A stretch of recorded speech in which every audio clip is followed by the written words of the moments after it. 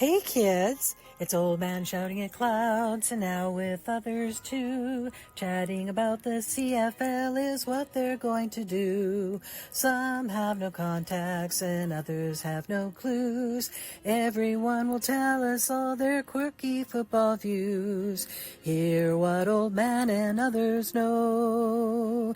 It's the CFL Outsiders show. Hey GT, what are we going to do this week? Same thing we do every week, old man. Take over the CFL. Hey kids, welcome back to another episode of the CFL Outsiders. I remain as always your completely impartial, 100% unbiased, and frankly, pleased as a punch co-host, Old Man Shouting at Clouds. Joining me as usual is GT. Hey, how's everybody doing? Good to be back. Welcome to. Oh, one thing I did forget to mention when I was in the nation's capital last week, I finally got my John Gott bobblehead. Beer can and all. It's there. It's been in my brother's house for 2 years waiting for me to finally pick it up. So I now have to add it to my collection of bobbleheads. And yeah, it's a classic. That was a classic CFL moment. So there you go. Yeah, that one's in big demand. Trust me. I know lots of people talking about loving to get one. And also, here's MJ. How's it going? I have high blood pressure from house renovations and from this CFL weekend. Well, the weekend I can understand, and the renovations. Those will drive you crazy. I'm starting this show. I'm going to pull my rank and start the show with a rant, because there was something that happened on the weekend that, not real serious, but still it annoys me. Are you ready to rant? So here we go. During the BC Hamilton game, there was a play where Buck Pierce challenged for, I forget, it was pass interference or not pass interference, one way or the other. Anyway, the point was the call got wiped out because the ball had been tipped. So there was I remember what it was now. Sorry. He wanted offensive pass interference, and that got pulled away because the ball was tipped at the line, and after it's tipped, there are no interference penalties. Fine, that works great. They reviewed it, came back and said, no, it's not a penalty at all, but he gets his flag back, he gets his challenge back because he didn't know the ball was tipped at the time. And I'm sitting there thinking, well, he's got the same video the replay center does. Why doesn't he know? There's been several of these over the years, but the other one that sticks in my craw was a game last year. I'm not even sure which game it was. It might have been the Ottawa Saskatchewan game, but there was a play where a touchdown had been scored, and one of the teams decided they were going for 2 points, lined up on the 2.5, and took a holding penalty. So they sent their kicking team out. We're going to kick it from the 12.5 instead of going for the 2 points. You can't do that. You've got to stick with what you did. To my mind, fine, let them do that, and then you say, okay, the kick is good, you don't get a point for it. That's the rule. But no, they walk over to the bench and explain to the head coach, no, you have to put your other team back out there and try this legitimately. And frankly, that stuff, I don't know why we would coddle the head coaches on things like that. It's more important they know the rules than that the players know the rules. They're in charge. Why does that happen? It shouldn't be the official's job to make sure they know the rules. If they do something stupid, let them do it and call them on it. That's how I feel. Anyway, that's off my chest now.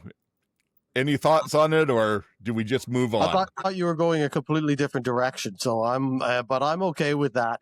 It's just that's a weird thing with this tip and therefore tip balls and therefore it's no penalty. It's been happening this year and I don't remember it ever happening before. So I don't know if that's a different rule or they're just calling it for the first time, but I really don't remember that rule in effect. And that's got to be the 5th or 6th time now this year that's happened. It was 3 in one game early on in the season, if I remember correctly. So that's where I thought you were going with it. But you're right. Coaches shouldn't get the benefit of the doubt. You either know the rules or you don't. So I'm with you. That rule I've known for a while about the tips, but then there was another one where in the Edmonton Montreal game where Edmonton took the contacting the kicker call. And this, they didn't get a break on. It still took the call. But Killam, who's the head coach and was a special teams coach, was on the sidelines going, no, he touched it. He tipped the ball, so it's okay. He can run into him. And that was changed last year. You can't hit the kicker no matter whether you touch the ball or not. Right. So why don't the coaches know the rules as well as I do sitting here? I'm not being paid big money to coach. They should learn the rules. I wonder if sometimes it is just a bit of trying to influence, more than anything. But you're right. I think that might be the case sometimes. But I think you're mostly right. They just lose track of them or aren't paying attention to them. And then again, look at Montreal with the dribble kick. That's no one thought that was legal when they first did it, but it was in the rules, and so they just knew the rules and did it properly. Yeah, I love that. I love to see people that divine strategy based on knowing the game better than others. Anyway, I had to get that off my chest. We'll jump on maybe to the fantasy update, but I'm not really going to tell everybody how my fantasy week went right now, because this is one worth talking about as we go game by game. So I'll fill you in as we get to it. I wanted to ask, did you try again this week, GT? I did, and we'll fill it in again. We can do that as we go game by game as well. I'm going to jump into the Mea Culpa here. All right. Whose Mea Culpa is it? Yeah, whose is it? Well, it's interesting. One is mine, and one is kind of GT's. I picked these both up in editing, and the first one is actually rather serious, so I shouldn't joke about it. As we were editing, or as we were doing the show last week, the Elk's dead name snuck in, and I wasn't able to edit it out without losing the point. And I feel bad about that, because we're doing our best to avoid that. I realized afterwards what I should do, if that happens again, I'll put a trigger at the front, just letting people know, don't listen to this section if it's going to trigger you or bother you at all. So that's the serious one.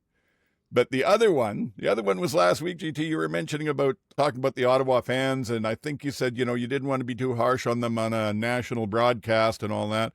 And I want to point out that we're not a national broadcast. In the words of Pitbull, went from Mr. 250 to Mr. Worldwide, and now we're international. International, baby. We don't just have listeners and viewers in Canada. And not even just in the U.S. We've got, what did I put down here? Malaysia, Japan, Singapore, Ireland, Russia. Wow. Probably one or two in each of those places. But yeah, CFL Outsiders has gone international. We're taking over the world, as we said. We are. All righty. Where else? Okay, MJ, you were going to tell us a bit about the documentary the Ticats are putting together. Right. So I was just going to quickly talk about this, but then I have a full page of notes because it veered into other areas. But I promise it all ties in. Investigative reporting. Investigative reporting. The Ticats are doing a doc. So that was it last year or the year before, the BC Lions did a documentary. This year, the Tiger Cats are doing one. It's produced by Stephen Brunt. Brunt. Okay. And it's going to be in 4 different parts. It's called Made in the Hammer inside the 2025 Ticats. And so the first episode is going to air August 14th. And the first episode is going to be Ted Godiva as the new GM and his cancer diagnosis. And then Verasuk's rookie season. And how they're rebuilding the team and they're gearing towards Grey Cup. And so the future episodes will include an episode about Bo Levi, one about Kenny, one about Shea, who was just there for his MVP of the NBA season, and of course, an entire episode about the Labor Day Classic. Very important. And it just got me thinking about how team identity is crucial for CFL survival. So like the Hamilton, like they're making a big deal about Made in the Hammer this year. And they had a whole, one game, it was their entire theme. Like they had players like Castantonis came in wearing like his coveralls, like he was just coming out of the steel mill. And I thought that this was really important. Hamilton is a steel city. It's a blue collar city. And I think the last little while it's become gentrified by people moving from the GTA down to Hamilton because it was cheap. My neighborhood is unrecognizable. When I go back, my neighborhood has a whole new name, and there's like bougie stuff everywhere. And so it's just interesting. So I think they're really trying to like retrench that this is a steel city. We are made in Hamilton. We're the hammer.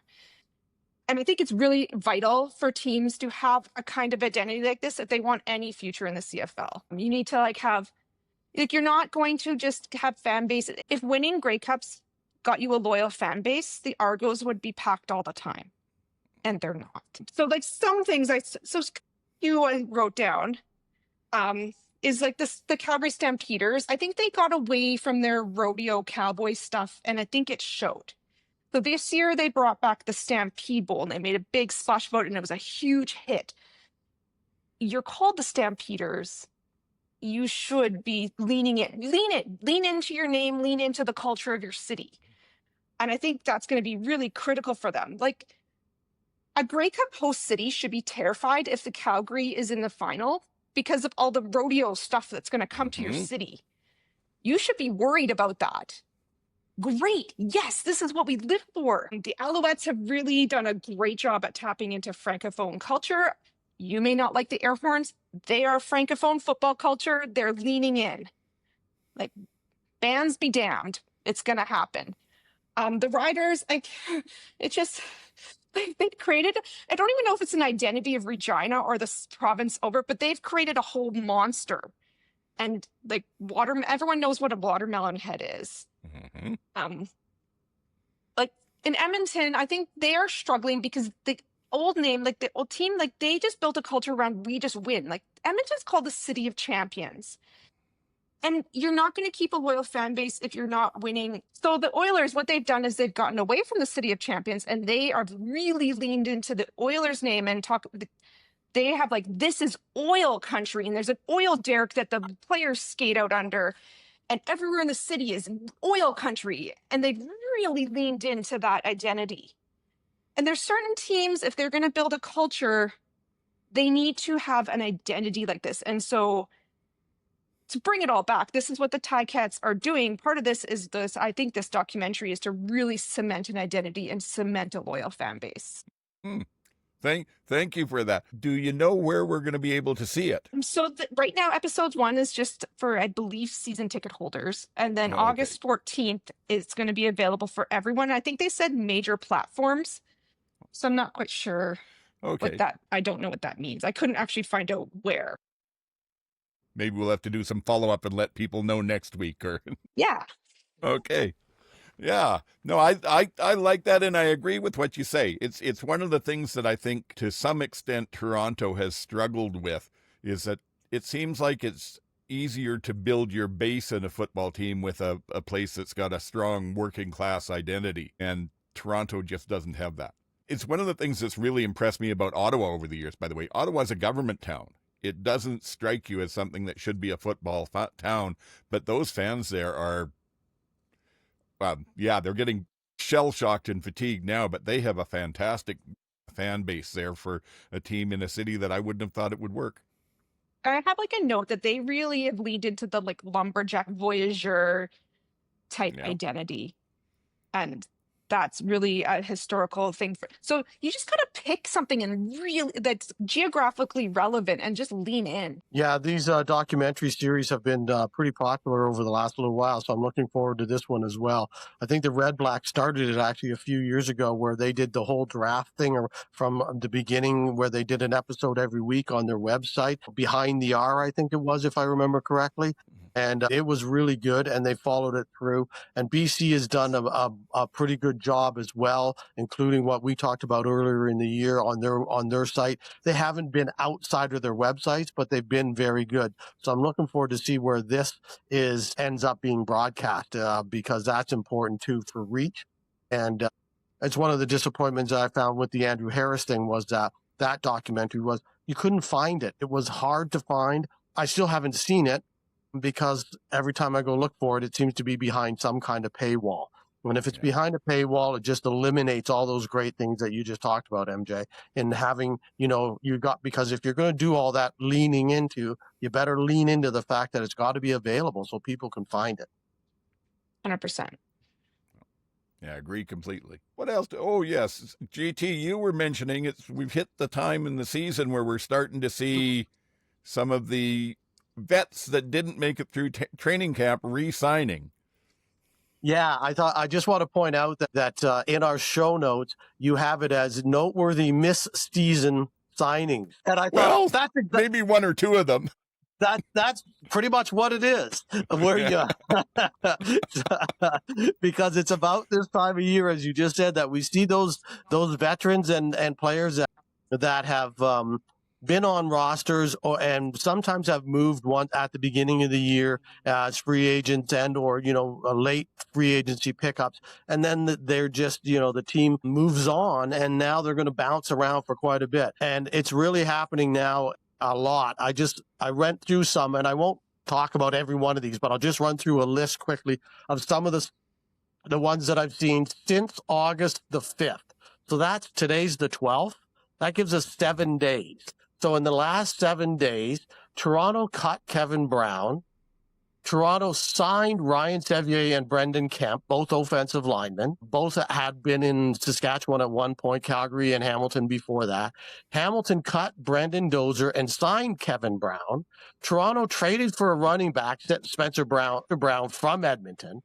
Montreal signed Deontay Evans and Brandon Danbridge, both of which were playing last year, neither of which were playing until they got signed 3 days ago. Toronto released Celestin Haba and Hergy Mayala. Both have now re-signed in BC. So Toronto cut Kalen Laybourne this week, and then they signed Dozier, who got cut from Hamilton 4 days ago. Toronto brought back a DB who was on their PR last year and then was in the UFL earlier this year. BC side signed Mayala, signed Habas, and also signed Anthony Bennett, who was cut a few weeks before that, I think, by Hamilton. And he was a first-round pick by Winnipeg only a year and a half ago. It's just crazy. BC, most interestingly, cut quarterback Garrett Schrader. And I'm like, BC's cutting quarterbacks? Like, who are their quarterbacks? Boy, that's not a good sign when you get cut as a quarterback at BC. And they also cut Hunter Stewart, a lineman that's been around for a little while. Saskatchewan signed their global draft pick. I guess that's because he didn't make it through the NFL rigors. Edmonton signed a global punter, which I thought was really interesting because they've already got Cody Grace. They went and signed him for big money. He's injured. Yeah. Okay, so he got injured, and just after Tampa cut Jake Julian, who was tremendous last year for them, and they still hold his rights. So I thought it was interesting, and I didn't realize that Grace got injured last week. And then lastly, under the radar, in my mind, Calgary cut Van Mueldorfer, the darling of the draft. So yeah, they cut him he was we're supposed to send him back to school, and now they look like they've released him outright. But it's just crazy the amount of stuff that's going on, and you see these guys bouncing around, and some of them might not make it another week or 2 weeks on their new team. Some of them will last all the rest of the season. But yeah, it's just, I guess it's the dog days of August. Is what we're into, the middle of the season. We don't have the NFL airlift like we used to have back in the day in the league, but I think we will see those cuts coming into mid-September as well. So there would be another round of player movement at that stage. But I just thought in the last 2 weeks, it's been a lot of movement again. So I thought it was worth talking about. Oh, yeah, I definitely agree. It happens every year as the injuries pick in, but it certainly is interesting. And the one that I find interesting that didn't fit your window there, because I think he was about a week and a half ago signed, was the fact that Alexander Hollins is back in the league playing for Montreal. Right. After BC and Edmonton both, for whatever reasons, passed fairly quickly on him. So yeah, he's had a couple of half-decent games, too. He looked pretty good this past weekend. Okay. Anything else on that? No, that's all. Yep. Who's going to sign Cameron Dukes? He's still floating around. Yeah. Yeah. It makes you wonder. Coaches will talk. Sometimes these players that get cut and don't get re-signed, there's other stuff going on we don't necessarily know about. So, yeah. The the other thing, I don't want to make a big deal of this, but I just thought it's worth mentioning. We had Cilio in Winnipeg kick the 63-yarder this week that we'll talk about during the games. But 63-yard field goal. We've had Maltese Diaz in Montreal kicking 58s, 56s, 54s. The Jacksonville game down in the States, their preseason game where they kick without the tees, a kid kicked a 70-yarder and was successful. Made me raise the question. I've been sort of putting it out there on some of the social platforms and that. Are we going to hit the point where maybe 5-10 years from now, we have to look at something like narrowing the goalposts a little bit just so that teams can't march to their own 45-yard line and kick a field goal? Interesting. Am I just calling being Chicken Little and saying the sky is falling, or can you see that becoming an issue? I just wonder about that. I think. Go ahead, MJ. Well, I was just going to say a field goal is still only going to be 3 points. And I wrote down all the kicking stats this year because I was interested. I mean, not very many guys are kicking. There's 2 guys that are kicking that hard and that far, and no one else is. And in fact, some people are playing very poorly, not to name names. You know who you are. Not kicking well. I mean, the goal's always going to be 7 points. A touchdown's always going to be better than a field goal. And I think if there was more indoor games, it would be meh. But I mean, outdoor is always going to be, weather's always going to be a factor. And I mean, 70-yard field goals are exciting. 56-year, I think they're kind of fun. I think they're kind of fun because it's just like there's always an element of drama because you just never know. And then the more missed field goals there are, the more returns we're going to have. Mm-hmm. Yeah. Sorry, I was just going to say, I think you're right. It's exciting still. It's when Castillo hit that 63-yarder, I had 2 thoughts. One was like, that's amazing, 63 yards, that's unbelievable. My second thought was, we just won our prediction for the year. We got our 60 yards. Yes. So there's that be too, him. right? So We said it was him or too. no one. So Exactly. we did it. And I think the chances of those happening more than, rarely is, I think, pretty much. I think there is always, athletes are always getting better. Training's always getting better. Things are happening. We're not going back to the old J5 ball that was like hitting a rugby kick and with the square-toed tied up, shoes that the guys used to wear and stuff. So we're not going to see those ones where it was a 35-yarder and beyond that you were good luck. So I think I think we're just in the stage where a 45 should be pretty makeable for most kickers without even thinking about it. And a 55 is where you start hitting that upper range. So I don't think we're going to see 70-yarders on a regular basis by any means. And I don't know what the conditions were in that game where he hit that 70-yarder. So is it indoors? Is it perfect? Or is it, again, does he do it on a regular basis, or was it just a fluke?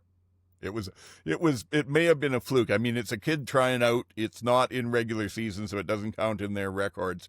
And I know what you're saying there. I guess my point with it is 10 years ago, let alone when I grew up with the game, but even 10 years ago, a 55-yard field goal try, you had to have a darn good kicker to even think about it. Whereas now, just about everybody in the league is at least willing to go out and try that at the end of a game.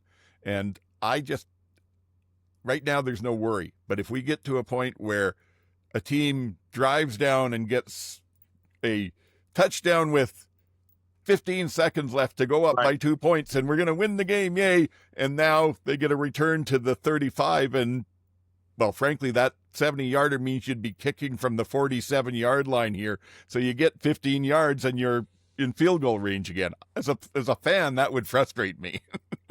Yeah, we would take... If you only need one play after a kickoff to be within field goal range, that's not. Yeah, you need the drive to get within field goal range. That's what's the exciting part of the game. That's something for future us to worry about, though, I guess.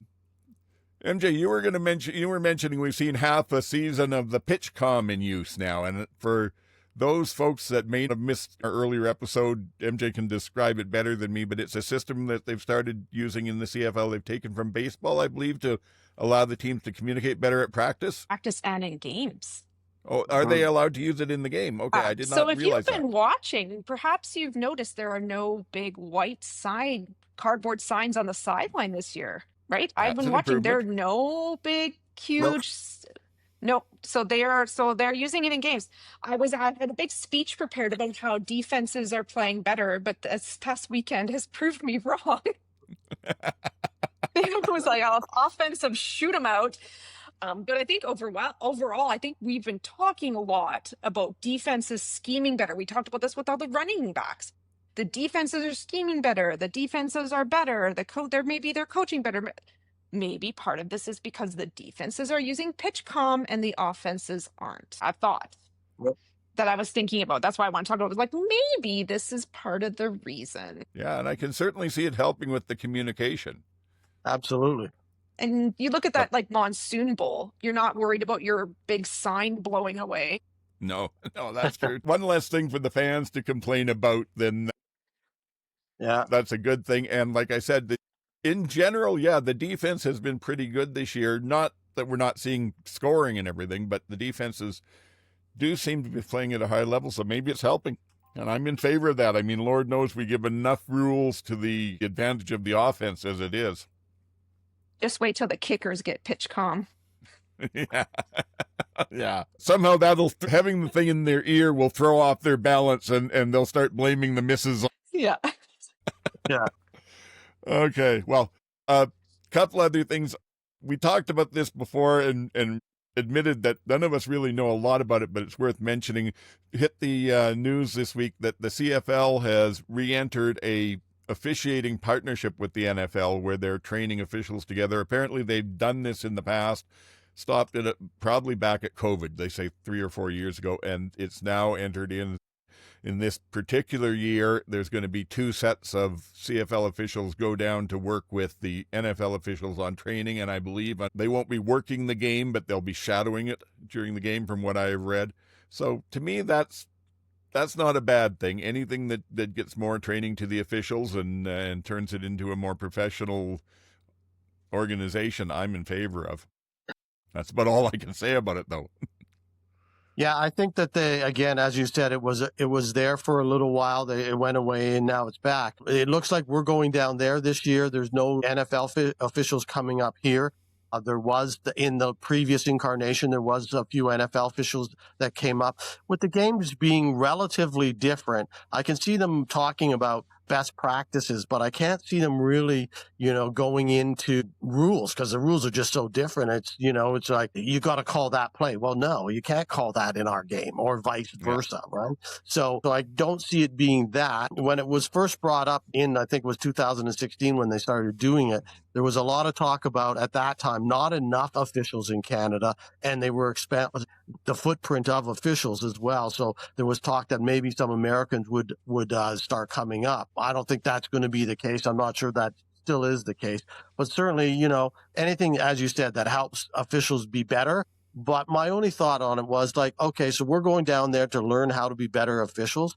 All I've heard for the last few years is how bad the officiating is in the NFL. So what are we really learning? Maybe they should be coming up here. Yeah. And, like you said, we're the ones going down there, but hopefully it's a two-way street. Sorry, MJ, I cut you off there. All I could think when I saw this article was like, can you imagine Andre Proulx going down there and somebody trying to teach him anything about football? No. And all I thought is, these guys got to come up here and learn how to call a game in 2 languages at the same time. Yeah, yes, because did that, right? Brad Major did a great job, and Andre does it all the time. Andre does it all the time. Yeah. Yes. And have them worried about how many Canadians are on the field at any given time, and is there a designated American, and is there that? CFL officiating is probably I think is the hardest professional league to officiate in because of all the add-on rules around the Canadian identity. I wouldn't want to lose them. They're what make the CFL great, but It's not an easy job in there. No, Maybe we should be absolutely not. training. Maybe we should be getting rugby officials to come and train CFL rules. Or I really think that it's part of it is just, I know from my past in community football, you get people that come out that want to officiate, and we don't give them much in the way of training at those levels, and they take a lot of hassles from the parents and all this, and a lot of them are like 16 to 18-year-old kids that are playing football in high school and making some extra money on the side. I guess you'd have to organize it through Football Canada or something, but if we could get the lower levels to put more effort into their officiating and to work at getting those younger players. The other thing you see in, at least where I've been around in high school and community ball, is you either get people that are in their teens or early 20s making some extra money on the side, or people in their 50s that have been doing it and love the game and are doing it out of the love of the game. But that doesn't improve the officiating overall. If we could recruit some of these younger officials into the lower levels, give them proper training, and then give them an opportunity. If you do well at that, maybe then your local Canadian junior team comes and talks to you and wants to get you up, and let people work up the scale like that. Because right now I just don't see it happening. Honestly, what person wants to officiate these games right now? Public service announcements, parents, cool your jets. It is awful. You are so awful to these referees. They are children too. Like a lot of them are teenagers. In fact, my son's flag football association implemented a zero tolerance rule. And if you bully the official, you are banned from the rest of the season. And then one time the coach was giving it to one of these junior referees, and we actually went over to the head officials tent and told them about it, and they went over and talked to that coach, because it was just honestly, no one's gonna learn with you screaming in their face. Yeah. So just chill and let people enjoy. Yeah, it's just Yeah, I agree with that completely. I will also say, from the other side, from the coaching side, one of the issues that you get into when you get some of the older people that have been around and know the game for quite a while, they tend to have their own opinions, and it's not really about what the game is, it's sometimes what they are. I remember coaching one team, and we had a good team. I think we lost in the championship that year, but we were playing in the midseason, and it was one of the lower tier teams in our league, and we were getting just ridiculous calls being called on us. So I went over at halftime and I talked to the ref, and I said, I don't know what's going on. What are you seeing? And he told me flat out, he wouldn't say it with people around me, he told me flat out, you guys are going to win this game. I just got to keep it interesting for both teams. And he wouldn't listen. I said to him, how do I coach my players not to take penalties when you're out there making up penalties? But you do get that in those levels too. So it's tough. Good coaches, good referees should all be highly celebrated, because unfortunately there's sometimes more of the not so good ones than the good ones. And It's a volunteer system, so you take who you get. All right, well, let's jump on. We've already been beating these things, and we still got 4 games of really interesting football to talk about. So I'll just say, the other thing I've got down here is I'm making a couple of official old man proclamations. I'm proclaiming this last weekend not the best weekend in the CFL this year. It might have been, but definitely the weirdest one. You think about it. We had 4 games. All 3 of them were won on comebacks that happened in the last 3 minutes of the game. The average scoring in the games was 66.6 points. We had Hamilton in a game come out with 56 yards of net offense in one half and 310 in the second half. What else did I have here? Field goals. Only one of the field goal kickers this weekend out of the 8 didn't miss a extra point or a field goal. We had 31 and 36 kick. 31 kicks in a row, 33 kicks in a row, streaks going on. Those were both broken by the kickers in the same game. We had fumbles on the holds on kicks. I can't remember the last time I saw 4 or 5 rouges on the kickoffs, which happened like that people were slipping and sliding. They were and some incredible feats of balance, some incredible plays of hurdles. And then the one that I thought was the best dichotomy is we had maybe not the fastest ever, but what could have been the fastest ever interception return, pick 6 for a touchdown. and the slowest ever fumble return for a touchdown, which we can talk about in that Toronto game. Williams scooped that up on what it was. I think it was the Ottawa 20. I didn't know if he was going to get to the other goal line before we ran out of regulation time. So anyway, that's my proclamation. We'll talk about it more in the games, but it was something bizarre was out there in the water this weekend. It was really strange. And then the second proclamation, I was thinking about this too. We've seen two teams that I think you'd both agree, and you both should know about this, two teams that we kind of said at the start of the season, they're going to probably be the last teams in their divisions. And that's Hamilton and Calgary. And Hamilton is first in their division now, and Calgary is not first, but they easily could be. They are right up there. So from the worst to the best teams. And I started looking at this from the scientific method and saying, okay, so what's changed? Why this sudden turnaround? Where's that coming from? And the only thing that I can say for sure is you two started putting positive vibes out on the broadcast here. So I'm giving you official credit for the resurgence of the Tiger Cats and the Stampeders. There we go. Credit where it's due. We'll take it. All righty, let's start talking about the games. First one, BC and Hamilton. And I got lots of thoughts on this, but Hamilton is always MJ's to lead. So Hamilton got, again, all these were in the last second or overtime. This was overtime. BC kicked the field goal in overtime to beat Hamilton 41-38. Take her away. Drum roll. My positive vibes did not help this game.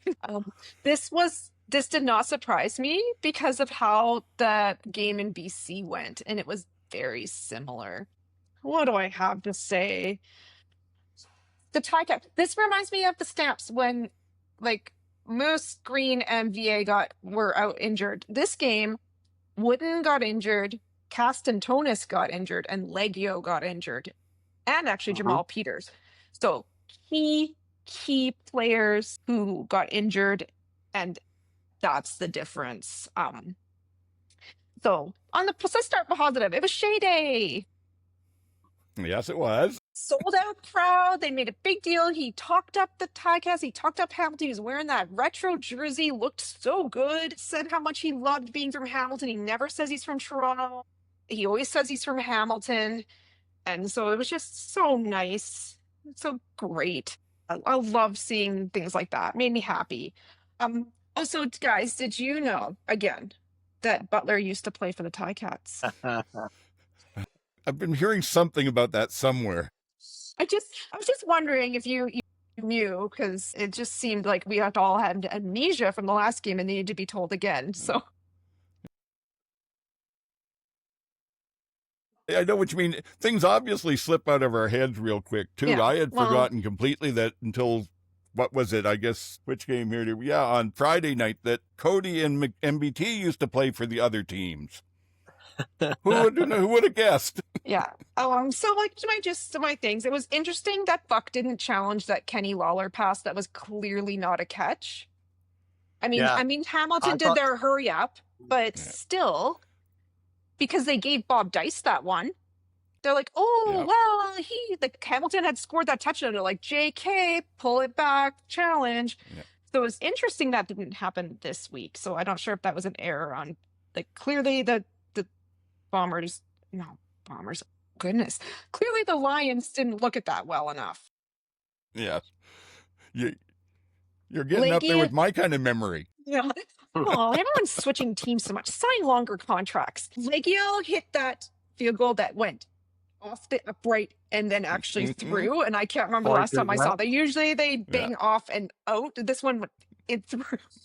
Tough days for Leggio. He got injured, and everyone was like, they barely touched him, but I'm wondering if he got hit up, by his throat. Whatever it was, he went to the injury tent, and he was off for quite a while, then came back and didn't look great. Kickers don't wear as much padding as other players, and I think people forget that. They're not as geared up as everyone else. Yeah. I still think that was a bit of a fluke, but... Yeah. Well, I mean, it happens, but it just sucks for him and the Ticats. Scott Milanovic, do you see that where he told Bo that was my fault? That impressed me a lot. Yeah. Bad Those call. two That's on me. have really worked on their relationship because that wouldn't have Yeah. happened last year. Bo would have got benched for that, right? Like, so Yeah. that was my fault, and TSN showed us 100 times, which was nice to see. Yeah. I'm sure Scott really appreciated that. But Well, that's a great. if I can, I'll say I hope he appreciated it because he should get big props for that. That is huge trust from a head coach, having the trust to say in front of his whole team, I got it wrong too. That tells you Yeah. it's a team dynamic that's working. But maybe that's why the vibes are so good in Hamilton this year. The leadership's from the top down, right? Yep. Lions 3rd and 12 gamble off to OT. Ice in the veins. That was great. And my last note, I mean, we can talk about other things, but my last note is Tim White is not to be trusted in critical situations. No reason to razzle dazzle. No reason to razzle dazzle. Just go down. You lost the game in OT. Thanks, Tim. Pack your bags. Yeah. Anything you want to add, GT?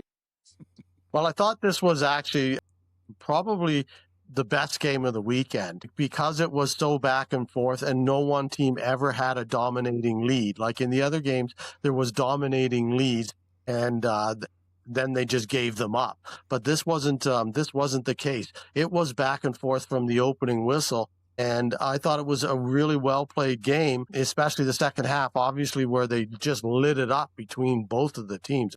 It was unbelievable. Lawler's catch where he was falling onto his butt, basically backwards, was incredible catch, making that one again. That was unbelievable. Yeah, Tim White is just like, really? That's 2 in one game where he brought the ball out to the 2. That was dumb. And then he just fumbled it in overtime. That was dumb. There's no other way to put it. So yeah, it was.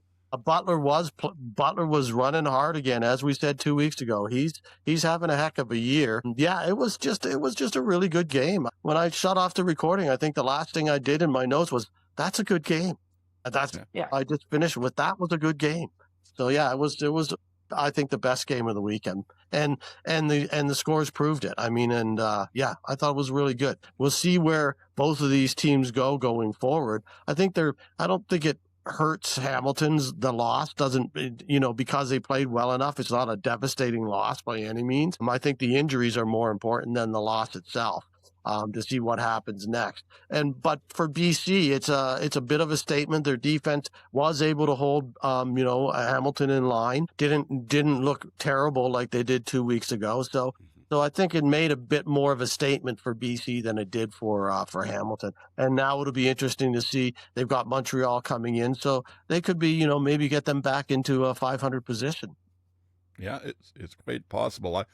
I thought that in one way it was the mirror image of the game 2 weeks ago in BC, in that the way the defense decided to handle the last minute of the game lost the game for both teams. BC, when they were up 2 weeks ago and trying to keep Hamilton out, they went into this umbrella shell that was way deep and frankly had several people keying on Lawler, and Bo just picked them apart down the field. Hamilton got in that same situation. They didn't go into the same umbrella, but they went to their 3-man rush against Nathan, who has got the wheels and the moves to get out of there, and you couldn't hold him in with 3 men, and yet they continually did that, gave him the same base look anyway until the touchdown. And I think the defensive coaching in both cases cost the games, but that's mine. Couple of things, like I said, weird weekend of football. All these little things contributed to it. You mentioned the doink off the goalpost going in. We had Berryhill doing a 55-yard dash getting off the sidelines when he realized he was on the field for the extra man call. And I did not know why Constantino didn't just call for a snap with that. Hamilton's first down of the game came into the 3-minute warning in the first half. There was just nothing going on there with it. You were mentioning about Legio got hurt with it, and so did Wooden in that game. The game before, their long snapper got hurt. Yeah. So that's 3 of your 4 really visible special teams players. I'd be wrapping Constantino in bubble wrap right now. It's not a good trend happening with it. What else did I have here? Anything else? I saw Robert Carter Jr., who had made that incredible interception 2 weeks ago. And I actually got a look at his face, and what a almost peach fuzz baby face. I thought, if we ever get a game where you got him covering Dante Myers of Saskatchewan, you could think, oh God, I'm at a bantam game here. They both just look so incredibly young. I think that was about all that I had, other than, I guess, couple of things. Everyone's raving about Nathan, and he had a hell of a game. But the one thing that he is showing is he's not, I don't know if this is new or if we didn't see it before, but if you get a rush on him, he's not really doing a great job of protecting the ball. He had two that in different circumstances could easily have been picked. One where he was going down and he early in the game and he just kind of tossed it underhand in the direction of Butler and the DB was closer to him. And then another one late in the game where he scrambled right and he completed the pass, which is great, but he scrambled right and then threw it back deep into the middle or not deep down, but far back into the middle, which is a no-no. So it seems like once he gets rattled, he's not necessarily just thinking, okay, I can take a sack here and then. It seems like he's trying to get rid of it, and that I was waiting for that to come back and bite them, and it didn't. He did get intercepted once, but not from that.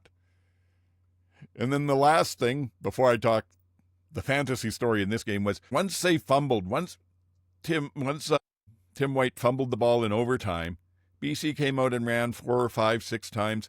And the Hamilton defenders did not appear to be trying to strip the ball very much at all. They weren't holding up Butler. They weren't trying to get the ball. It's the only way you had a prayer of winning that game. And yet they seemed to be just happy to make the tackles. And I said frankly, that with White, you probably could have kicked from the 35 and made it anyway. So I said they should have kicked a Rouge to win that game. Kick a Rouge, you cowards. Do it. yeah, get the social media on fire again. Yeah. Okay. So this was the start of my wild fantasy weekend, because I generally take a quarterback and I try to pair him up with a receiver on the team that I think he will go to a fair bit. And that way you get double points if they get any touchdowns and the passing yards and that. So my combination for this week was Bo and Keandre Smith. And I'm sitting there at halftime with 56 yards of offense going, oh my God, I'm finished. I've got no prayer at all. And then they start turning it back on. And as it turns out, Bo, I forget, he got 20 some odd points. It doubled just shy of 50 points for him. And Keandre was their highest scoring receiver running back other than Bo. So coming out of that game, I felt pretty good. I'm able to, once the game's over, you can go in and check if you're playing against somebody or just anybody else in your league. You can check where they're at. So I checked. I was up against, who was it? KD Kamish out of the Turf District in Edmonton there. So I looked at them, and they didn't have any players in. So, yeah, like they still, all the players were in future games. So I had 2 players that gave me 64.3 points, I think. And I thought, I'm sitting pretty. Then the rest of the weekend went on. Anything on your fantasy to talk about this game, GT, or is that more later? I've been rolling with Bo as my captain for the last few games. I might change that this week, but I was rolling with him for the last few games. And again, he did well. I don't think, again, I thought maybe Smith would be doubled up, so I didn't take him, and I think I was running out of money. So I didn't take him. I can't remember. I went receivers the other way. So, I did all right with Bo as my captain. But, yeah, I should have taken Butler, but I didn't have the money. Well, I didn't take him either. It's getting tougher with the prices are going up for the players, and it's harder to put a team together. Yeah. But anyway, that was the Thursday night. Friday night. Just quickly, harmony has been restored in my household as the Lions and the Ticats are now 1-1 against each other. Oh, okay, yeah. So I can see that. We have détente back again. Yes. And so unless they meet in the playoffs, you're good till next year. Yeah. We're good till playoffs. Yeah. Yes. Okay, so that took us to the Friday night where Edmonton went into Montreal. And yeah, quarterbacks with big stuff to play for, apparently, because they both were on the other teams last year and were starting for the other teams. And all that stuff that the folks on TSN reminded us quite a bit. Although I have to say that was more the play-by-play guy. We didn't get so much of that from Lapalisse, and I realized as soon as I saw him, he was doing the call in this game, I realized You know, he's become my favorite color guy by far. I really like the games he calls. But we had this big match that went on, lots of stuff going on with it. Edmonton ends up 23-22. When do you guys want to start, or should I?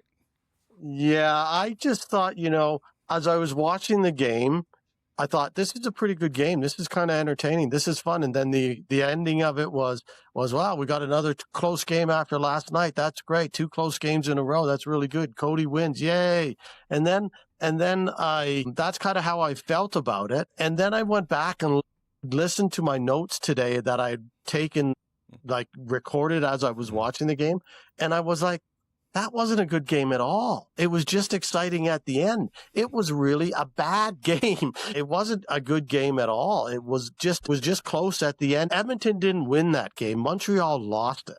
Like there's a lot of, now Edmonton's back. This is the game they needed. No, it really wasn't. This weekend, we'll see whether that game becomes the game they needed to lead to something. But they didn't play well at all. They just happened to take advantage of a Montreal team that stumbled, bumbled, had a big lead, gave it up, and then made dumb things happen for the entire game, right through to the last drive where they took a penalty on that last drive that gave Edmonton 25 extra yards on the second kickoff. Otherwise, they would have been starting at their 20 rather than the 45 or whatever it was. And yeah, it was just weird. And the only weirder thing than that is my first note was, why is it every time I see Davis Alexander on the sidelines, I think he's a linebacker?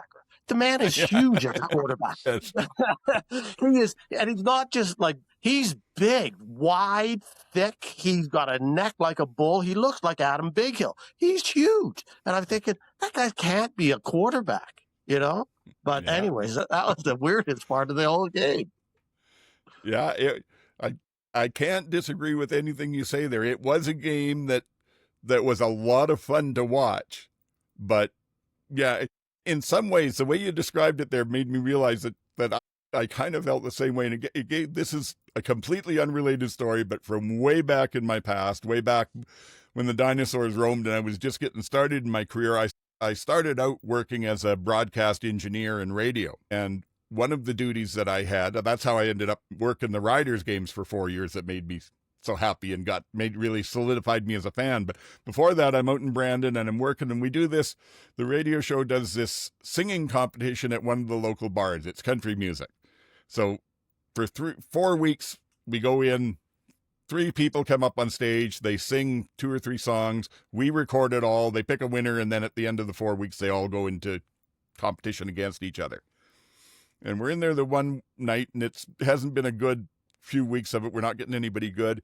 And then this kid comes in, and he's just turned 18, and he looks like Elvis, and he's learned to sound a bit like Elvis, and he's not really doing the full Elvis thing, but he's doing the songs like Elvis, and he's mesmerizing, and he's absolutely fantastic, and the place goes wild. And our judges, who know their music, picked him first for the night. Easy, no problem, that's fine. I take the tapes back, go to the studio the next day, start editing and splicing it down to get it on the air. And he's terrible. He's missing so many notes. There's just nothing there, but something about the charisma of it just absolutely locked me and everybody else in. And that's kind of what that Montreal-Edmonton game was a little bit like. We got baffled into realizing this is really bad football. Yeah. Any thoughts, MJ? Yeah, a few. TSN kindly showed us a close-up of MBT with like his helmet half off as he's sitting on the ground. And I was just thinking to myself, how upset is Danny Machocha and co that Cody is on the other side Yep. playing pretty well, and this is the guy you traded him for? Anyway, I shouldn't laugh. It's not funny. It's a little bit funny. Caleb Evans it's kind of funny, yeah. It's kind of funny for a guy who likes to run his mouth. And I did find that article where he said when he's on, he's the best quarterback in the CFL. He did say it. So then he's just sitting on the ground looking sad. Caleb Evans is starting the next game. So we shall see. He looked better than MBT, but... Yeah. I mean, we'll see. The Elks had 14 yards rushing, friends. And Yeah. those are for Cody's stats. 3 carries, 14 yards for Cody.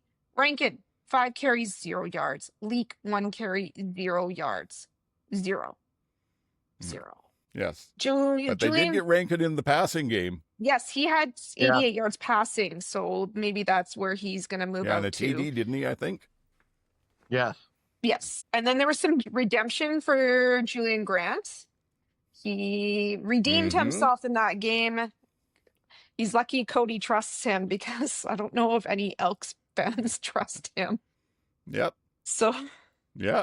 that was He nice. proved he can catch the ball in the end zone Yeah. and was so Maybe- confident they did it again. Maybe him and Tim White can start a support group.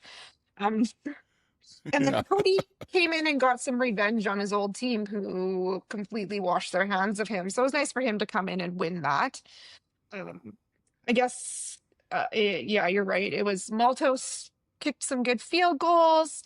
Yeah, Grace got injured, so Blanchard was kicking, doing punting and kicking there on the back half. And Oh, that's right. I remember that now. Yeah. I remember that. Yep. but just a silly game when in comparison to other games.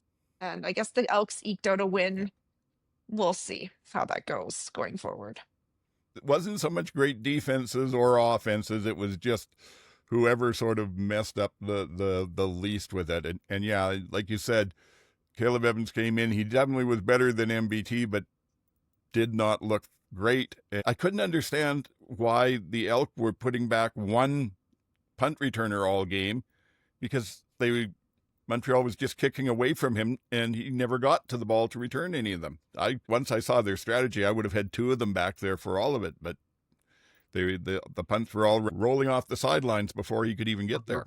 So there was that. Anything else that I had on there? No, other than, yeah, you also have to take into account that Montreal was very, very beaten up. They're missing an awful lot of starters right now. It's not just Alexander that's out. They're down 2 of their starting. They're probably their 2 best receivers. They're down Dequoy, which hurts you a lot at safety. Yeah. They're into second or third string on some of the others in the back end there. So, and they still.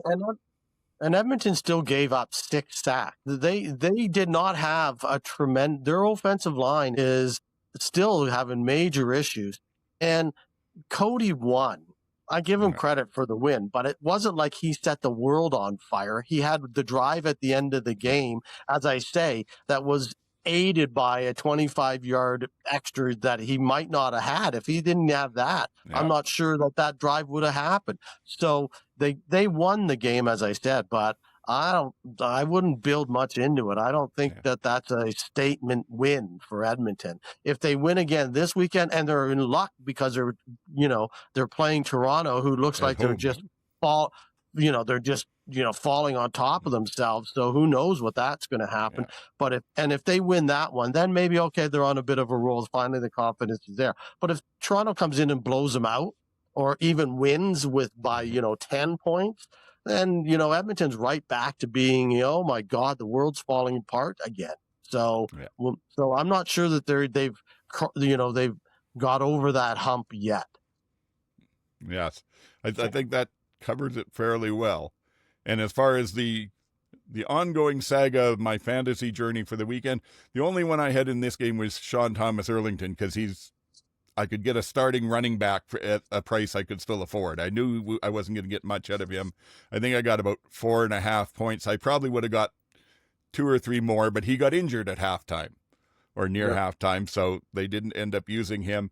So I get to the end of the game and I check how am I doing against KD Kamish there. Turns out they'd taken Cody and Rankin and Stephen Dunbar. So I'd used up 3 players. They'd used up 3 players. And where I thought I've got an almost insurmountable lead, now there's 4 points between us. So we go into the next game, but the Saturday. But I still felt good because I knew that Toronto one was going to be high scoring, and I had both Coxey and Daniels in that. Now, if you think about the game, I didn't feel so good after it. But maybe we jump on to talk about that game? Yeah. Sure. Okay, sure. So this was Ottawa, another late comeback, 46 over Toronto, 42 in Toronto. And it was another game that it started out looking like Ottawa was going to do what Ottawa seems to have done all season. They went down, I think it was, wasn't it 22-1 at one point? 21 at the first quarter.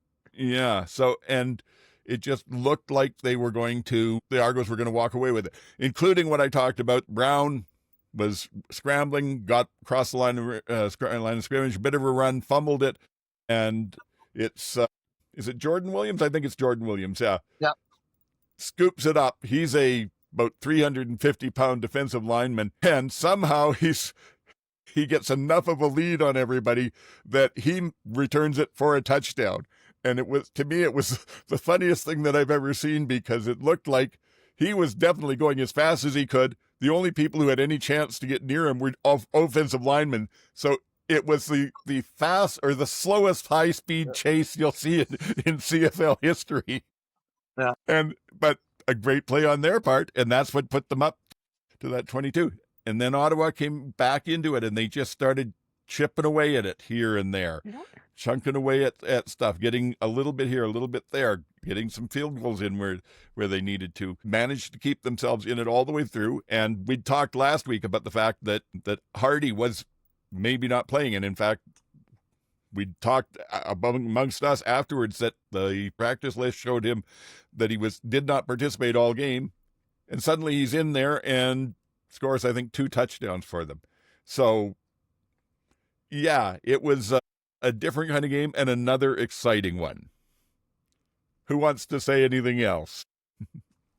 It was really exciting. There was a couple of, the game, being at the game, it was unbelievably hot. I couldn't imagine. The wind was definitely a factor from coming off of the lake, because there was, as you said earlier in the broadcast, there was a lot of single points on kickoffs where they were letting it go into the end zone and giving up the single. That's because the ball was sailing into the end zone. It was it was really more often than not. That hurdle by Heslow was absolutely outstanding. That was like, I don't know. They must have showed it 100 times on TV, I'm sure, because even live, everybody just wanted to see it again and again and again. It was unbelievable live. Just like, wow, he just went that high. And the defender was going a little bit down, trying to get his legs as he went up, but he just went right over top of him and kept going. It wasn't like he stumbled or anything. It was pretty incredible. And Arbuckle had another good game. You can't blame this season on Arbuckle by any means. He played really well. And yeah, but their defense just wasn't up to it again, just wasn't up to it at all. And we got was something that we didn't put in our notes anywhere here yet, but we did get the Coach Dinwiddie rant post game. And so, I guess we need to talk about that at some point, because, you guys said it after the first one, and I kind of went, he can get away. And you know what? Now I'm not so sure. He keeps that up. Players will start to tune him out, because you just can't say stuff like, I wouldn't put Chad Kelly in front of this offensive line or behind it. He just threw the whole offensive line, who had probably the best game of their season. He just threw them right under the bus. Yeah. But there were 0 sacks on Arbuckle. 0. You can't throw that O-line under the bus. They played well. But we can get into Ryan's rant a little. Yeah, no, I agree. Yeah. And we can certainly talk about that. I know, I thought probably the best comment on it was, I think it was probably the guys on 2 and Out, either Travis or Sheldon. I can't remember. Maybe it was a different one. I'm not sure. But anyway, they commented on the fact that Dinwiddie said, we don't have enough dogs in this building. We need more dogs. And they were saying, who's a dog? Royce Metchie. Who's a dog? Jared Brinkman. Who's a dog? Serezda. And just going through all the people that they let go that they didn't re-sign. Saying there's no dogs in this building is partially on Dinwiddie too. Well, yeah, but Dinwiddie doesn't sign and maintain players. He's got some opinions, I'm sure. But I think that's a shot at the guys. They just haven't been able to replace him, and he's just pissed about the fact that John Murphy, the guru of for the last few years of being the guy that's brought in all this talent, hasn't brought in replacement talent this year at all. Right now I thought about it as I thought, was like, yeah, the 2025 Toronto Argos looked like the 2019 Stampeders, where they were just finally caught up to them. And you just saw, they'd lost all those players and it just wasn't there anymore. And no matter what the staff did, they just didn't have the talent, and they just don't have the talent. They're missing too many guys. Their running game's anemic. It's just terrible. And excuse me, their backfield is just, one guy will look like he's playing his heart out, and the rest of the other guys are just kind of standing around. Yeah, it's just not good for talent, I don't think. I think were you at least one of the first 500? Did you get the swag hat they were giving out? No, but they were real nice hats. There were 5,000, and I showed up, I guess, just a little bit too late. But yeah, the people I go with, they got the hats, and they were pretty nice hats. I will say that they weren't from our friends at Rogers though, so they were from somebody. Because that's what I was going to say. I thought if you got a chance to pick up any Rogers swag, you'd be first in the lineup. Get something out of your ticket price. Anything else for here? Yes, I just need to say my Ryan comments. If you're gonna say that there's pretenders on your team, just say who they are. Same thing as last time when he was like, "There's people who didn't come in to who are your pretenders?" Yeah, if he's not saying that in the locker room and pointing out to guys and pointing so that the other guys that are coming up and are playing their behinds off, they need to know that he's not pointing at everybody. So you've got to be if you're going to make those kind of statements, you're right, MJ. You've really got to let the players know that you're good, but these guys are not. And I'm going to be really on them. Exactly. And the other thing I can tell you, for any leadership thing, if you want a team to perform for you, whether it's football or anything else, there's 2 standard rules. And you have those tough discussions within the team. You talk about what's real and who needs to improve, but publicly facing anything where there's great success, it's all about the team and how good they did. Anything that there's a failure or a downfall, as a leader, you're taking the responsibility. Yeah. And that's the first thing that gets teams knowing you've got their back and knowing you've got loyalty. I'm kind of with both of you. I'm flabbergasted. I don't know. I only high school level, but I played O-line. It's a tough position to play. I don't know how I feel about going out and finally having a game where we don't give up any sacks and we claw and fight our way into protecting the quarterback and having a great game, and then have the coach walk out and call you out in front of the media. Also, this is on Argos management. They've created a situation in Toronto. They've created a situation where they basically are running a team in a holding pattern. They're like, we're just waiting. Arbuckle's not our starter. He's just filling in for Kelly until he's ready. Kelly's close to coming. No, he's not. Oh, but maybe he's ready, but we wouldn't dare put him in front of you guys, behind you guys. But if Arbuckle's never your quarterback, how are any of these guys actually going to go flat out when you treat this team as a holding pattern? And then also my thing with Ryan, especially when you realize it's not going away after 2 or 3 games.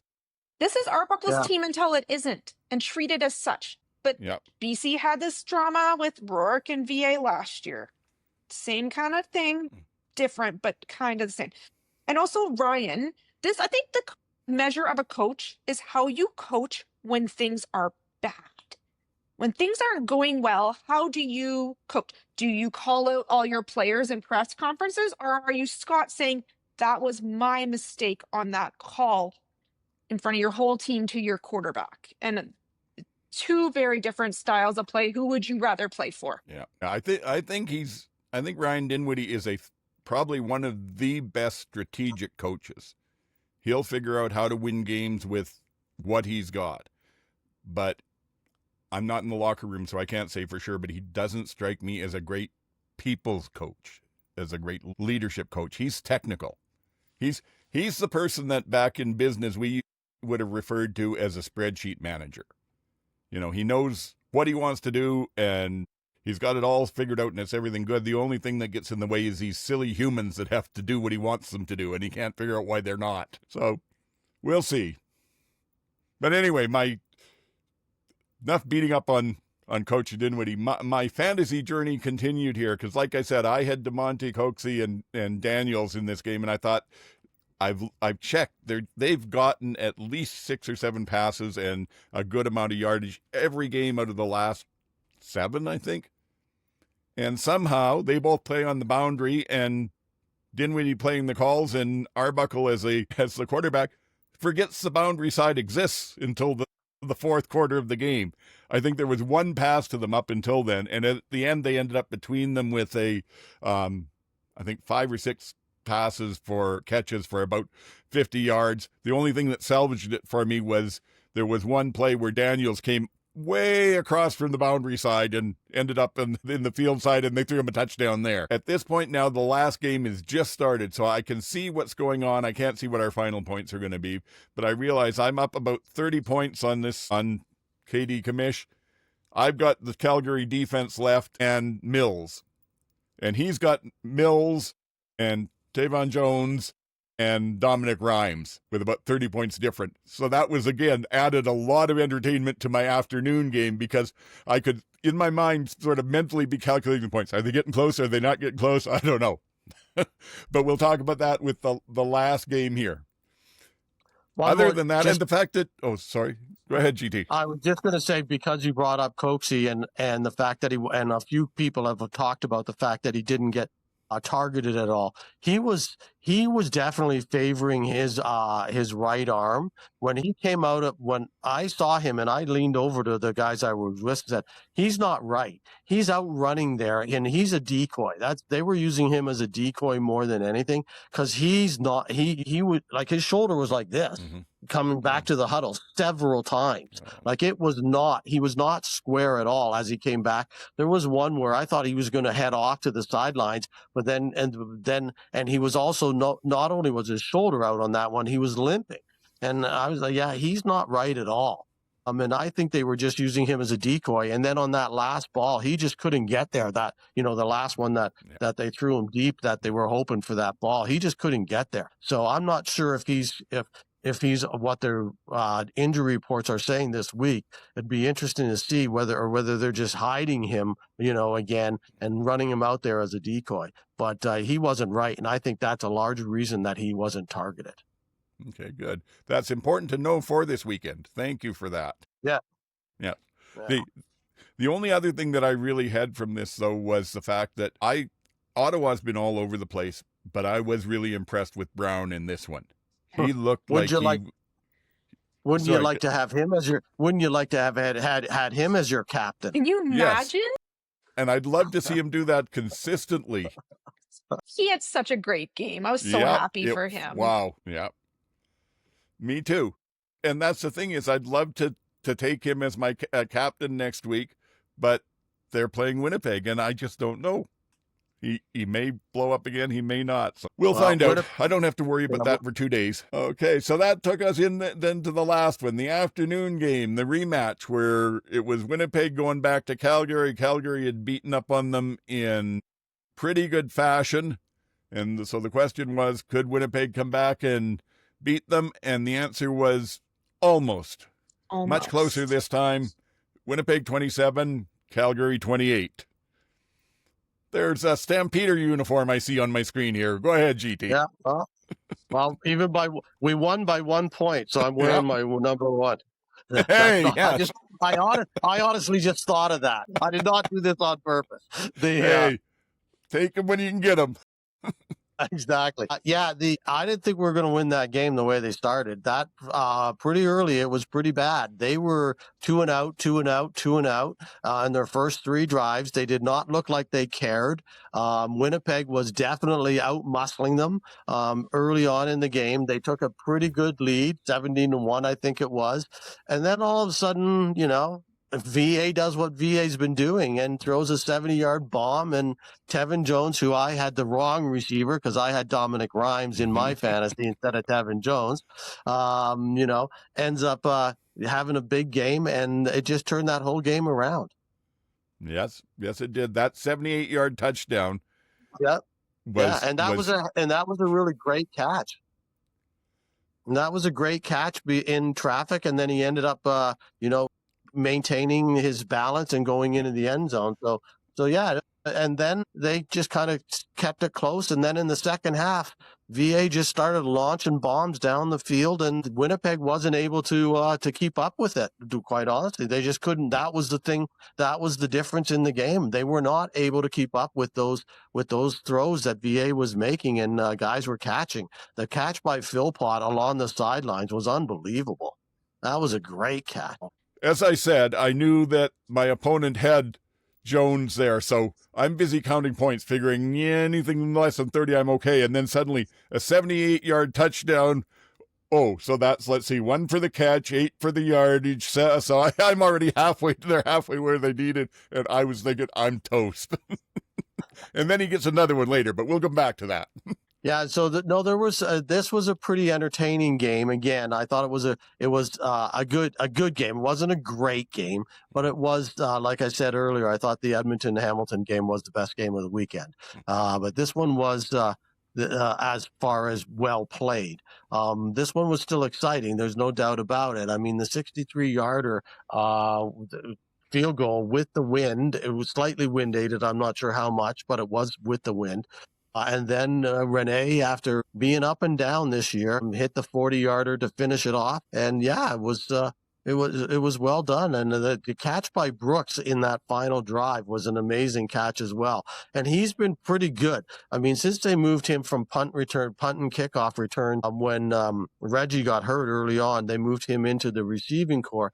And he's like 5'7", and we know how much VA likes big receivers. So that for him to have the year that he's having, really, I think shows how much athletic Brooks is, and how good a receiver he actually is, because he's not the prototype VA receiver where he just lays it out there and hope and let him come down with it. So I'm really impressed with him this year. And as I said, the Philpott catch as he was going out and he points down to show that his feet were in, that was pretty good. That was not quite the peace sign in the Edmonton game, but it was pretty good. I mean, that was. And I will say for Brooks, that was amazing body control on that catch. Yeah. And he's someone that I've kind of noticed, because he's not a well-known receiver, so he doesn't cost a lot in fantasy, but he's becoming a good play. He's catching 4 or 5 catches for 50 yards a game. So, around 8 to 10 points. And at a cheap receiver, he's a good play. Yep. Plus good for the team to have him too, of course. And Clark Barnes looked great in his return as well. So that was good news. It'll be interesting to see when Alfred gets back how they manage that, because they could certainly use having him out there as well with it. The other thing that I thought may have made the difference in the game was the fact that Calgary got the sacks that they did. They didn't get, they got 3 of them, and it was at good times and enough that it really disrupted what Winnipeg was trying to do. And the other thing is that Calgary took 3 penalties early in the first quarter, and I was like, here we go again. Yeah. And then they didn't take any more for the rest of the game. So they only took 3 penalties all game. It was I had to double it up and look at it, because I thought that can't be right. And I went back to the stats, and they only took 3 in the game, which is, I thought, a marked improvement over the last couple of games for sure. I just have 2 things. There's 2 Bomber players who've had enough. First, Castillo's had enough of us talking about Maltos. And he was like, all right, watch what I can do. Second is Brady. Brady has had enough. He had 168 yards. I didn't even write down anyone else's offensive stats, because it was just Brady. Yep. So 100 yards receiving, 68 yards rushing. Brady has had enough. He's just going to do it himself. And unfortunately, it just wasn't quite enough. That's the thing, is it tells you sort of where that team is at, that you can get that kind of a dominant performance out of him, and it's still not enough to salt away the win. So no one else did anything. they are sliding. They're not, the line isn't what it used to be. They're still doing fairly well on the running with Brady, but they're not given the protection that they used to give it all that I've seen. And on the other side, I came away from this thinking, what we saw today, or Saturday, is probably the real Stampeders team, because they came out and they had a couple of games and they looked like, oh, they're doing not bad. I think they got the first 2 wins. Yeah, they did. And then they went on a heater and they looked unbeatable. Frankly, they looked like they were the best team in the league without a doubt. And then they had the injury to Adams, and that took them where they were. And then they came back into this game. So we'll see, as he gets back in, was there any rust or stuff? But this looked more like what I thought they probably really are. A very good defense that they've put together that's not giving up a lot of points, makes you work for everything, and an offense that, while it's not consistent at long drives necessarily in that, finds a way to make things work. And I think that if they can continue to play like this, they're not going to go without a loss the rest of the season, but they'll have a good shot at first in the West, and they'll definitely be in the conversation amongst, the top few teams in the league. So I think any thought that that first 3 weeks or 5 weeks, whatever, might have been a mirage, this game kind of dispelled that.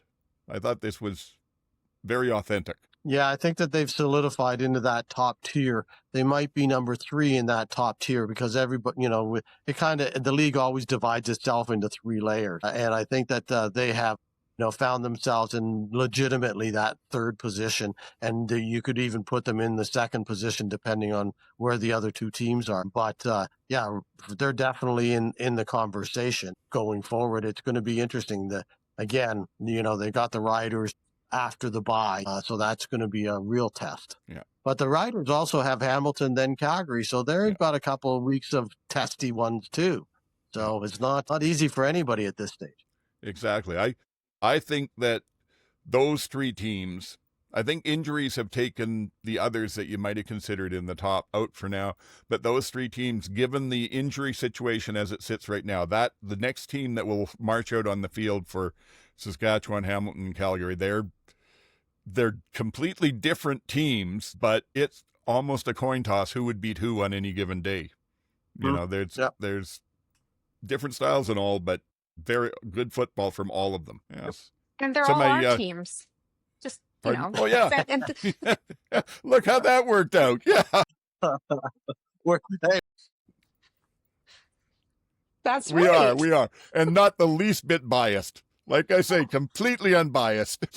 So I'll tell you if we can talk about anything else here, but the end of my fantasy journey for this. So like I said, I know what the points are. I'm doing it in my head. And then Jones gets the touchdown, and then he gets another touchdown, and Rhymes is picking up a few passes here or there. And I know I've got the Calgary defense, so they're going to help me out some. In the end, KD Kamish had 0.4 points, and I had 100.6 points. Oh. I won by 2.2 points, the whole thing. And it should have just had me on pins and needles, but I loved it. I loved the aspect of that added to my weekend of watching the football. That's why I said at the start, please as punch, because that was such a wonderful weekend of football and just so many things that were right out of Bizarro world. It was certainly not a normal weekend by any means at all. Any other thoughts on this game? No? Okay, I'm glad that we go into the bye. I'm glad that the bye is good timing for the Stampeders. It is, yes. It's also terrible timing for me in the fantasy football league because next up I'm against, drawing the blank. I'll have to look it up. But he's with it could be male or female. I'm not sure. They're with the Horsemen, so the Stamps podcast. It's usually, isn't it Ryan Ballantyne that does that? So he picks all Stampeders all the time. It's the only thing he does. It could be him, because it's not under the normal name that I'm used to seeing there, but it's BC Rycan. So it'll be him. That's it. Because I looked at the stuff and he always picks all Stampeders. So I thought, well, that's got to give me an added advantage this week. Oh crap, the Stampeders aren't playing, so he'll be free to pick a real team. So that's okay. I welcome the challenge. I'm back at 500. I'll go for a win. Pick all Riders because he will not pick any. Yeah, that's true too. Okay, so time to put our prognosticating hats on. Get to be what Milt was calling himself, Miltradamus. So yeah, I like that actually. Yeah, and he's been close. He called one game at 70 points, and it was 70 a week or two ago. Called this one at 67, and it was 88.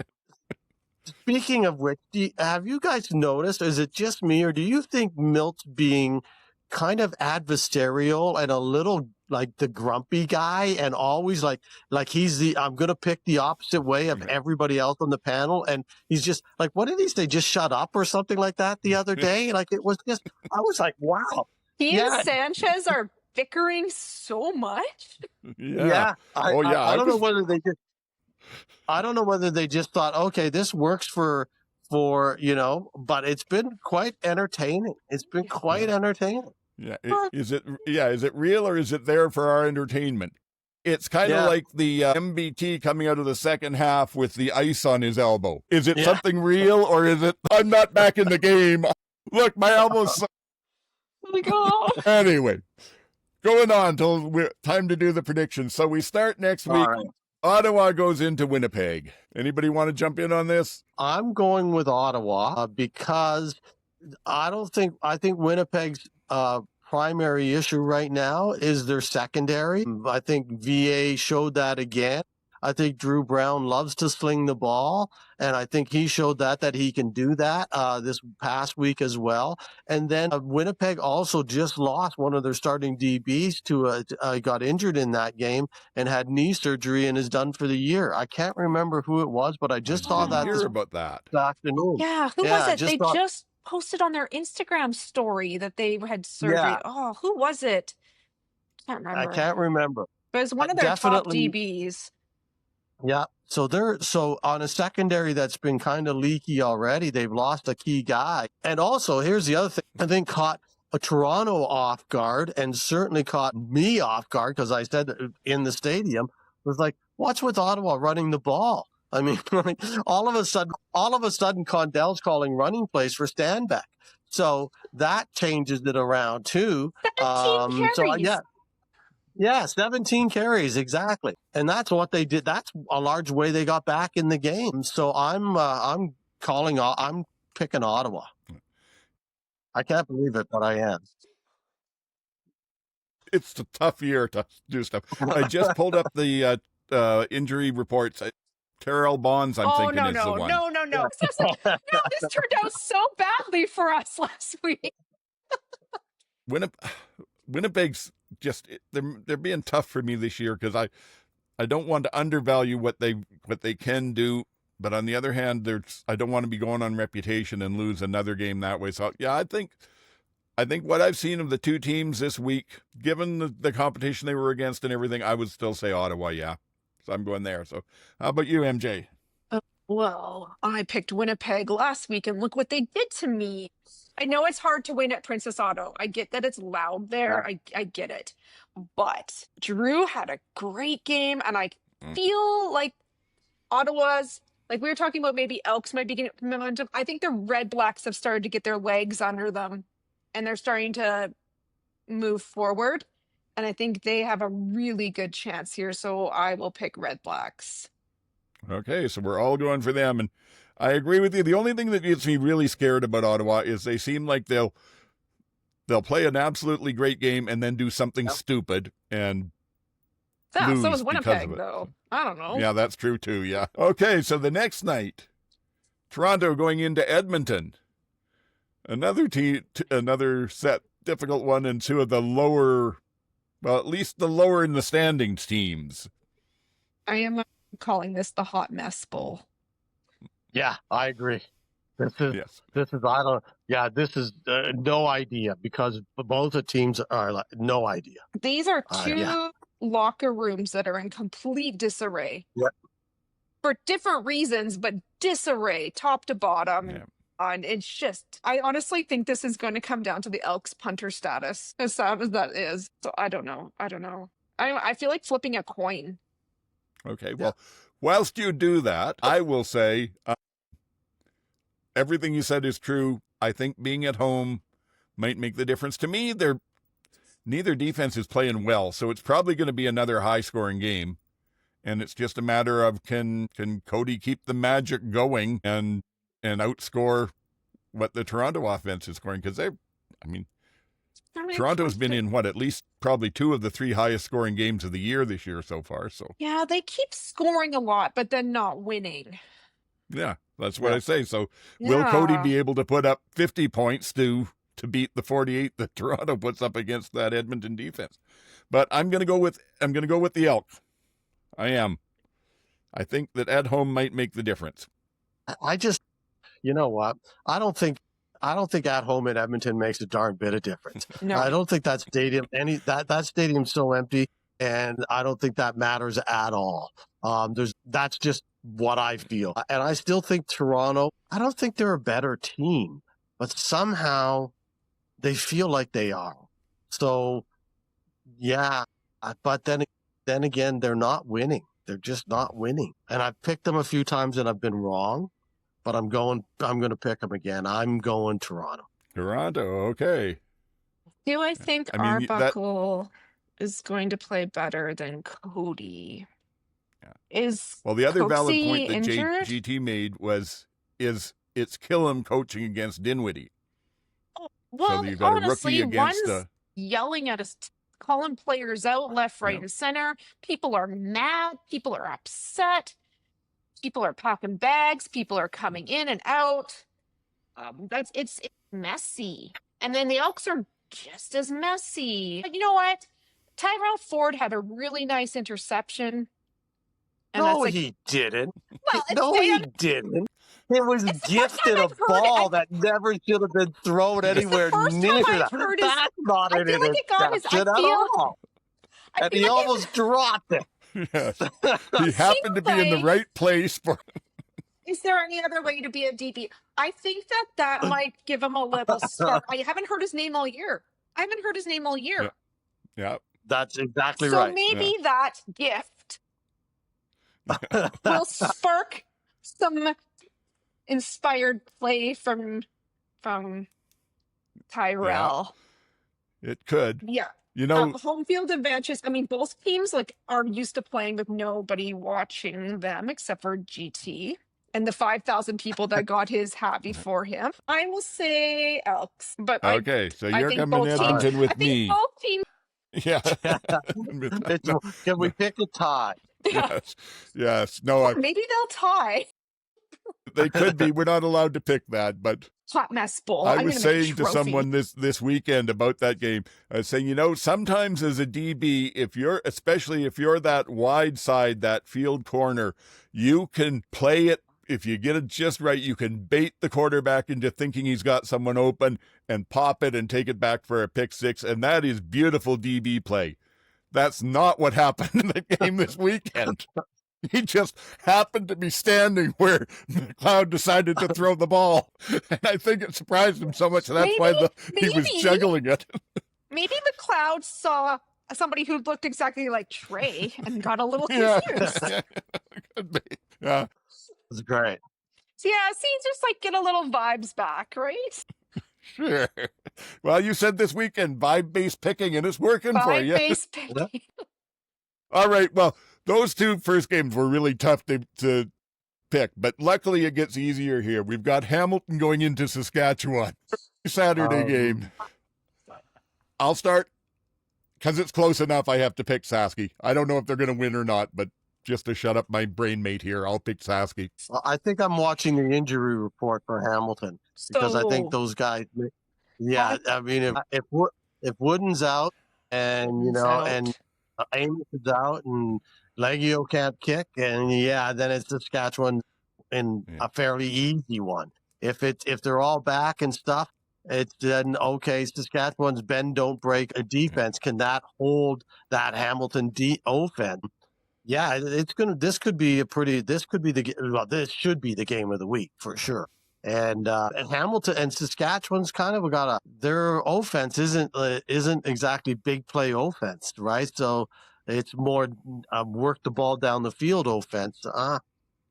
You'd think that, but I was surprised, not this week, but last week when they were talking about the games, that the one stat with Saskatchewan that was surprising is apparently their defense has given up the fewest big plays, so passes over 30 and runs over 20, and their offense has the most in the league. Yeah, so but that was all Jake Mayer. That was all Jake Mayer in that one game. Yeah. He hit 4 or 5 long bombs.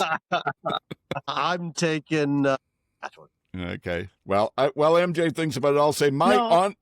if I'm being completely unbiased in that, I honestly don't know. I think Saskatchewan has a bit of an edge, being that it is at home.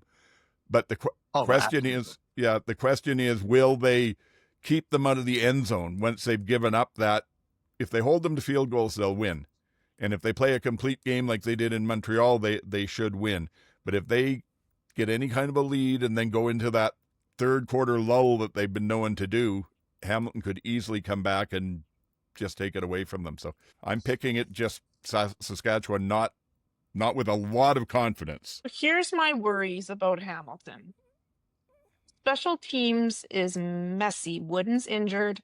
The long snapper issue.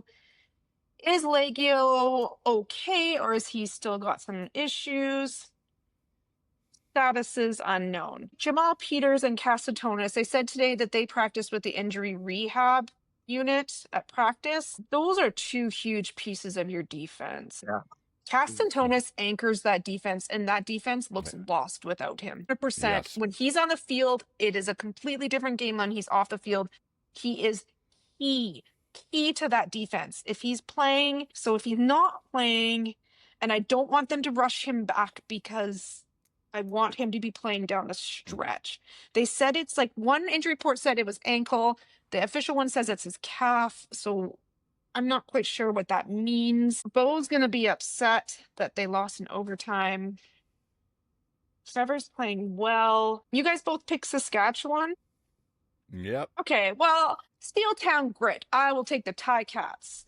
Someone's going to figure it out on defense. They're going to have to do it. Yes. Yeah, and you're right that Katsantonis made a big difference with losing him, and I didn't even see the play he got hurt on. I just when they pointed it out, but he really is. He ranges all over from back there, and it is a completely different defense without him. And the official injury report says calf, so I don't know what that will end up being, but only the one game there though. And this is interesting. Just looking, first day for Saskatchewan, but they've got a very short list, and the only one who did not participate was still Mario Alford. So it looks like they're getting back some of the other linemen. Well, only Noah Zur there, but still that's a good something back. And then maybe Daniel Johnson, he was in limited. Anyway, we also have to talk about the last game, which is the Saturday night game. This time it's Montreal going into BC. And this is one of the few times where the old thing about a late game on the coast for an Eastern team applies, because it's a 7:00 game. Montreal's having to go all the way out there without half of their starters, it seems like. I feel like this might be the easiest one of the weekend to pick, but... Yeah, this feels that this is a BC win. And if they don't win, then they're back to being, okay, what's wrong with this team? It's the show and shine game. They're having a big show and shine before the game, and they did a video about it. I thought it was gonna be like classic cars. It's like, oh, show and shine. No, all they showed was like zooped up sports cars, like new ones. So I was like, interesting, getting new people, younger, because my kid would be interested in the new zooped up sports cars. Like he would be all over that. Yeah. So he does not care when I point out he doesn't care when I point out a classic car. He's like, Mom, no one cares. I'm like, easy. Hey, I'm with him. I like fast, splashy things. Yet you cheer for the riders. Interesting. All right.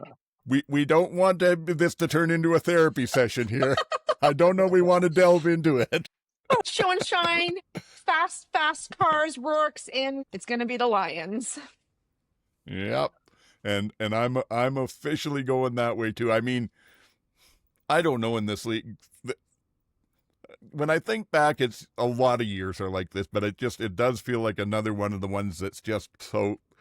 I could easily see Montreal going in there, and Caleb Evans has the best game of his career, defining game of his career. Yeah, stands on his head, and completes a bunch of passes to people we've never heard of before, He's and been wins it. practicing with all those no-name guys on like the secondary line Yeah, all season, so they know.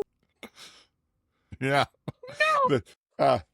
And the thing is, if this is the game we should be the easiest to pick, we went two. I don't have our overall stats. I don't think they've changed a lot. MJ's still in the lead, and then GT and me. We all went 2-2 this week, last weekend again. Yep. That's the one thing I feel like in a lot of these things, I do not bad at figuring out what's going to go on in the fantasy. I can sort of see how the games, but picking winners, and mind you, I don't think anybody should feel bad about the missing a winner in the games this weekend when it was all that close and right to the minute. Yeah. Let's see what do we have here. There's 4 points there. There's 1 there, 2. So that's 6. 9 points. 3 there. 9 points difference in the 4 games. Yeah. Incredible. Are you not entertained? I love the CFL. There's a lot of things it is, but boring ain't one of them. Yeah. Okay, well, we've been going forever here now. We're almost at 2 hours on this one, so we'll see what it edits down to. But that's okay. We're having fun. I guess that pretty much closes out what we've got to talk about, though. So any other closing thoughts, or do you want to put your social media out there so people can follow your brilliance? I had one other closing thought that we didn't talk about in the Winnipeg-Calgary game, and that was the fact that the game was for the first time, first game ever broadcast in both Mandarin and excuse me, in both Chinese languages. Why am I drawing a blank on the other one? Cantonese. Anyways, it was in. Yes, it was in both languages. So the first time, which surprised it. I was a little surprised at that. We've had the Punjabi broadcast in both Calgary and BC for quite a while, but I was surprised that Cantonese and Mandarin had not been broadcast in Vancouver before, especially. So that's good news, and that's a good sign that somebody stepped up to do it. And I thought that was something that was neat. And other than that, that's it. I'm taking the week off because we're on bye, so I'm not watching any game.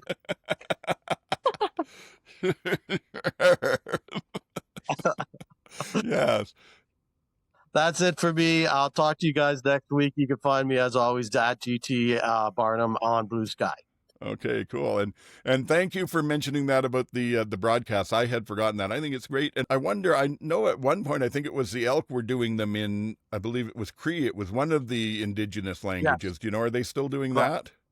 That's great outreach. Yeah.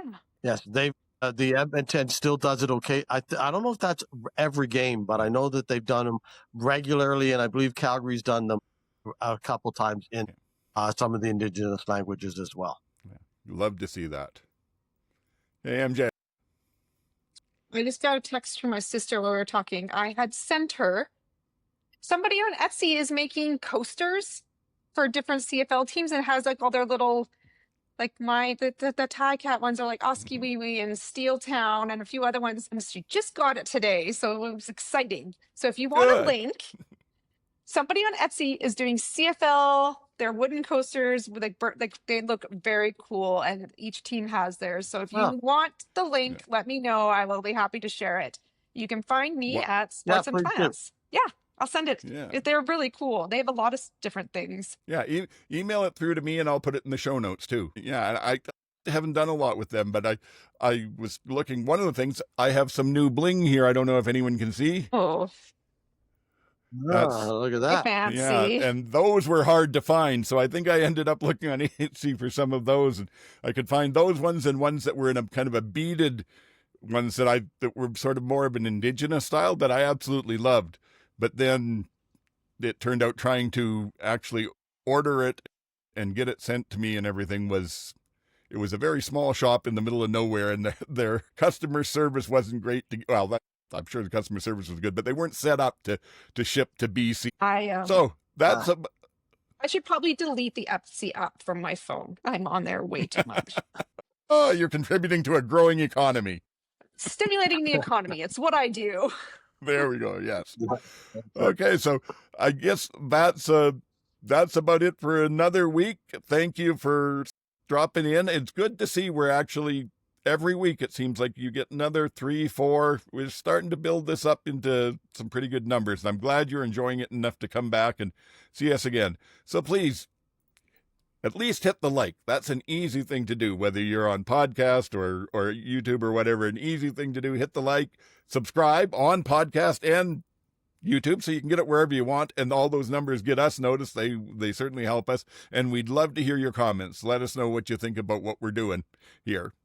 Thank you so much. Hope you have a great weekend of football. If you play the fantasy and the pick'em, good luck there. And until next week, for GT and MJ, old man saying, get the hell off my lawn.